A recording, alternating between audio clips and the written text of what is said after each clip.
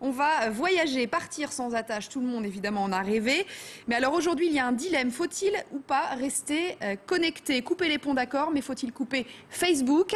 Pour en parler avec nous, Clément Bosson, auteur de Larguer les amarres. Vous revenez d'un tour du monde qui a duré 1 an. Bonjour à vous. Et puis Marion Thomas, qui va partir dans quelques jours pour quelques mois. Bonjour à vous. Alors vous êtes tous les deux globetrotters et pourtant un point vous oppose. Est-ce que je voyage connecté ou pas? Marion? Ah, moi oui, je voyage très connecté puisque c'est le positionnement de mon tour du monde, puisque je lance le premier tour du monde Web 2.0.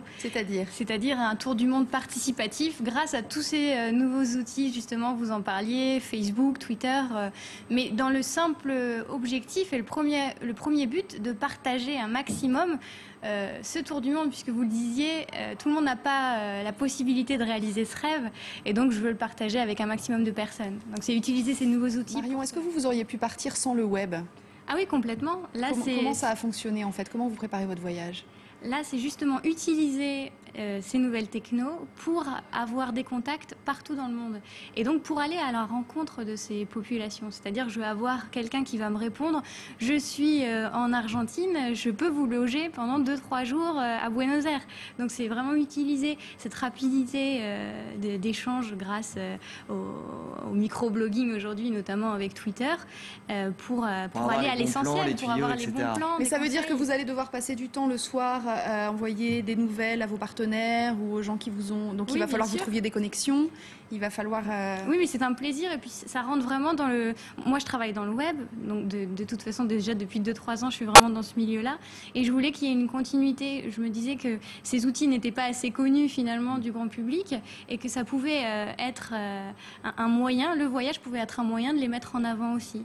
Est-ce que vous allez pouvoir aller du coup au fin fond du Rajasthan où vous n'aurez pas de connexion au milieu du désert? Oui, et puis au bout de 4-5 jours, je me reconnecterai parce que j'aurais fait une très belle vidéo et que je voudrais la partager avec tout le monde. Quand on dit faire participer les internautes, vous avez lancé donc un site internet et alors ils ont un peu voix sur tout. Vous demandez conseil, vous leur demandez de voter, que ça soit pour alors vous leur demandez qu'est-ce que je dois mettre dans ma trousse de secours par exemple. Et puis nous vous le disiez, faire partager les bons plans. Regarde ce que ça donne en images quand Marion appelle les internautes à l'aider pour faire son parcours, ça donne ça.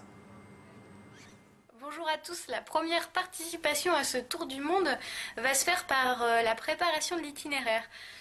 On part le 11 octobre, on va à New York, on va après à Buenos Aires dans le sud de l'Argentine, mais aussi dans le nord, vers les chutes d'Iguassou, en Australie, en Tasmanie, Nouvelle-Zélande, Philippines, Tokyo, Hong Kong et Vietnam. Donc je suis sûre que vous êtes allés dans un de ces pays-là et que vous avez des petits conseils à nous donner sur des endroits au bon plan.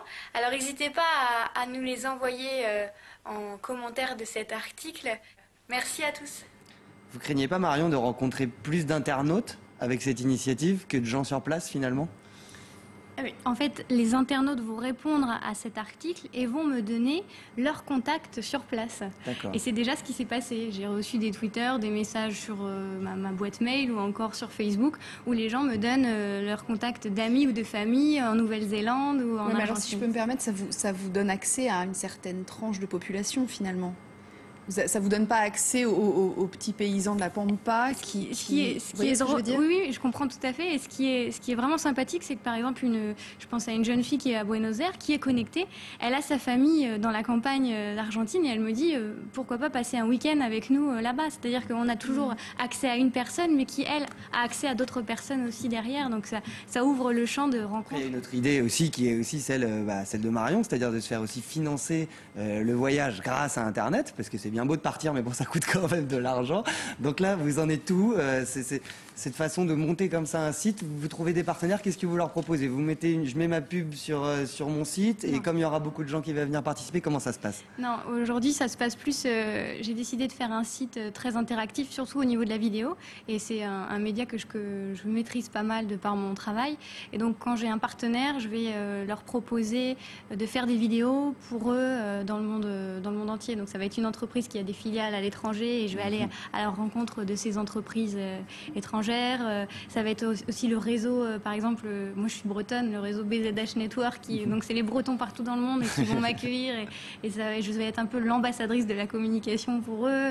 C'est aussi un partenariat un peu plus social qui s'appelle Babylone, c'est du microfinancement qui m'ont lancé un défi, c'est d'aller rencontrer leurs entrepreneurs sociaux à Manille et à Hanoï pour faire des interviews. Donc mon voyage justement c'est vraiment faire partager un maximum de choses à un maximum de personnes et justement aussi de sortir des sentiers battus grâce aux différents contacts que j'aurais eu en amont sur Internet. Bon, voilà aussi qu'on est quand même face à un cas très particulier. Vous partez dans combien de temps alors? Je pars dans 3 semaines. Pour combien de temps? Pour 4 mois. Et alors ensuite, vous allez faire quoi en rentrant?